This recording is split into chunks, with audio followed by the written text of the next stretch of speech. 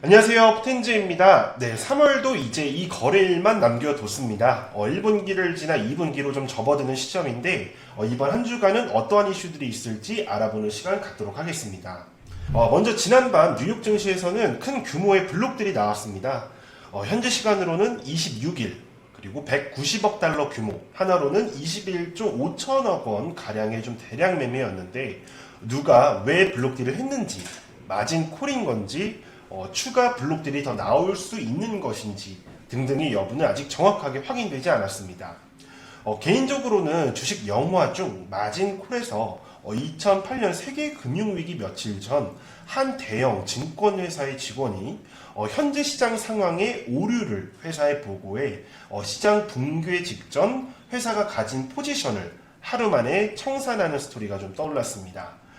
물론 과대 해석을 하는 것이어야겠지만 앞으로 블록들이 추가적으로 더 나온다는 이야기가 들려온다면 주의할 필요는 있다는 점 기억을 먼저 좀 해주시고, 금요일 이러한 이슈들로 하락했던 미국 증시가 그럼에도 크게 반전했던 이유는 급여 프로그램 2개월 연장, 그리고 백신 보급화의 탄력, 그리고 바이든의 1.9조 원 인프라 부양책 발표 때문이었습니다. 시장 분위기를 극명하게 바꿔줄 만한 이슈들은 아니었고, 이러한 악재와 호재 속에서 박스권 장세는 계속 이어질 가능성이 좀 높은 상황입니다.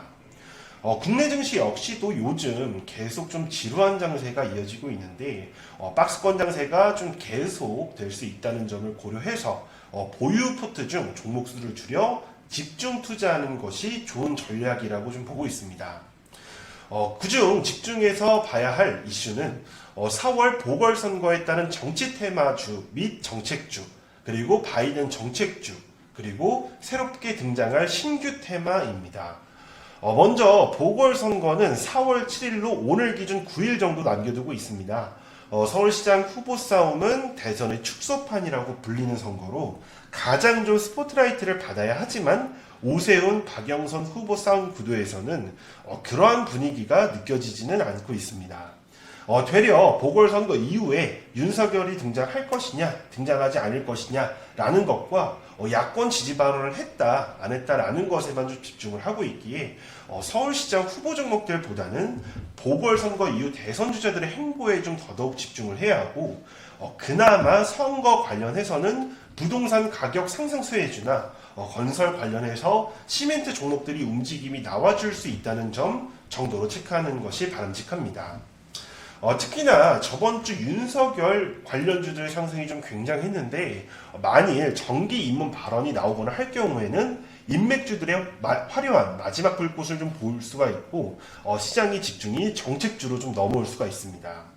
물론 윤석열 관련 정책은 아직 구체적으로 좀 알려진 것은 없으나 과거 수사 관련한 이력으로 시장에서 집중을 받을 수 있는 종목을 이번 주 유료방을 통해서 주력주로 좀 매수할 예정이니 참고해 주시길 바랍니다. 또한 바이든 정책주는 건설 그리고 기계 관련 종목들이 좀 움직임이 나아질 수가 있지만 과거 바이든 정책의 탄소 배출권 관련해서는 좋은 모습이 좀 나온 것은 많지 않았고 이번 또한 시장에서 많은 좀 프리미엄을 주진 않을 것으로 보고 있기에 공격적인 편입은 고려하지 않고 있습니다. 또한 이번 주 집중해야 할 것들 중 이번 주 등장할 신규 테마라고 좀 막연하게 말씀드린 것은 현재 시장의 돈이 한정적이고 테마가 많이 떠오를 수 없는 장세인 만큼 한두 개의 테마가 나오면 자연스레 기존의 테마나 다른 테마들은 힘이 빠지기 마련입니다.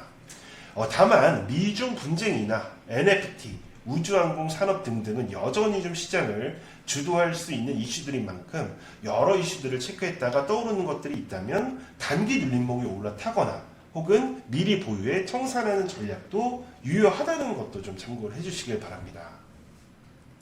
마지막으로 3월 31일을 기점으로 상장사들이 주주총회를 진행을 해야 하고 코로나로 인한 이번 감사보고서 시즌 많은 종목들이 금융당국의 관리 들어갑니다. 특히 이번 시기에는 얼마 전까지 좀 정상적으로 거래가 되던 종목들이 풍문이 좀 들려오고 그 풍문이 사실이 되어 상장 폐지 수순을 밟아가고 있기에 매매하시는데 최소한의 가이드라인은 좀 지켜주시면서 피해 없도록 주의해 주시길 바라겠습니다. 이상 포텐지였습니다.